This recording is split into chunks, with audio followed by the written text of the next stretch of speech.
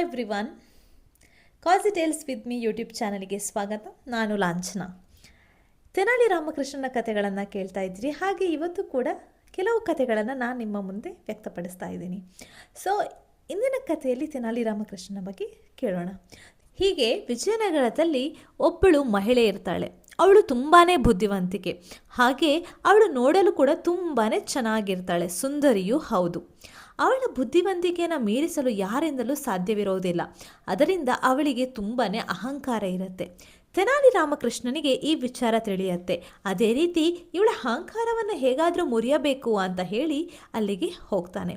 So ಒಂದು ದಿನ ಈಕೆ ಇರುವ ಸಂದರ್ಭದಲ್ಲಿ ತೆನಾಲಿ ರಾಮಕೃಷ್ಣನು ಸೌದೆ ಮಾರುವ ಒಬ್ಬ ವೇಷಗಾರನಾಗಿ ಹೋಗ್ತಾನೆ. ಸೌದೆಯನ್ನು ಅವನ ಮನೆ ಮುಂದೆ ಮಾರ್ತಾ ಹೋಗಬೇಕಾದ್ರೆ ಅವಳಿಗೆ ಸೌದೆಗಳು ಬೇಕಾಗಿರುತ್ತೆ.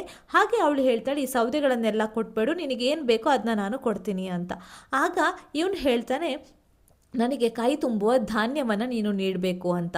ಆಗ ಇವಳು ಹೇಳ್ತಾಳೆ, ಧಾನ್ಯ ಎಷ್ಟಿದ್ರೆ ಏನು, ಧಾನ್ಯನೂ ಕೊಡ್ತೇನೆ, ಕೈ ತುಂಬುವಂಥ ಚಿನ್ನಗಳನ್ನು ಕೂಡ ನಿನಗೆ ಕೊಡ್ತೀನಿ ಅಂತ. ಆಗ ಈ ತೆನಾಲಿ ರಾಮಕೃಷ್ಣ ಹೇಳ್ತಾನೆ, ನನಗೆ ಅದು ಯಾವುದೂ ಬೇಡ, ನನಗೆ ಕೈ ತುಂಬುವ ಧಾನ್ಯವನ್ನು ಕೊಡು ಅಂತ.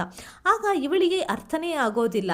ಹಾಗಾಗಿ ಇವರಿಬ್ಬರು ಹೋಗಿ ರಾಜನ ಬಳಿ ಹೋಗಿ ಇದನ್ನು ಪರಿಹಾರವಾಗಿ ಕೇಳ್ತಾರೆ. ಆಗ ತೆನಾಲಿ ರಾಮಕೃಷ್ಣ ರಾಜನಿಗೆ ಹೇಳ್ತಾನೆ, ನಾನು ಯಾವುದೇ ರೀತಿಯಾದಂಥ ಚಿನ್ನವನ್ನು ಕೇಳಿಲ್ಲ, ನಾನು ಕೇಳಿರೋದು ಕೈ ತುಂಬುವ ಧಾನ್ಯ.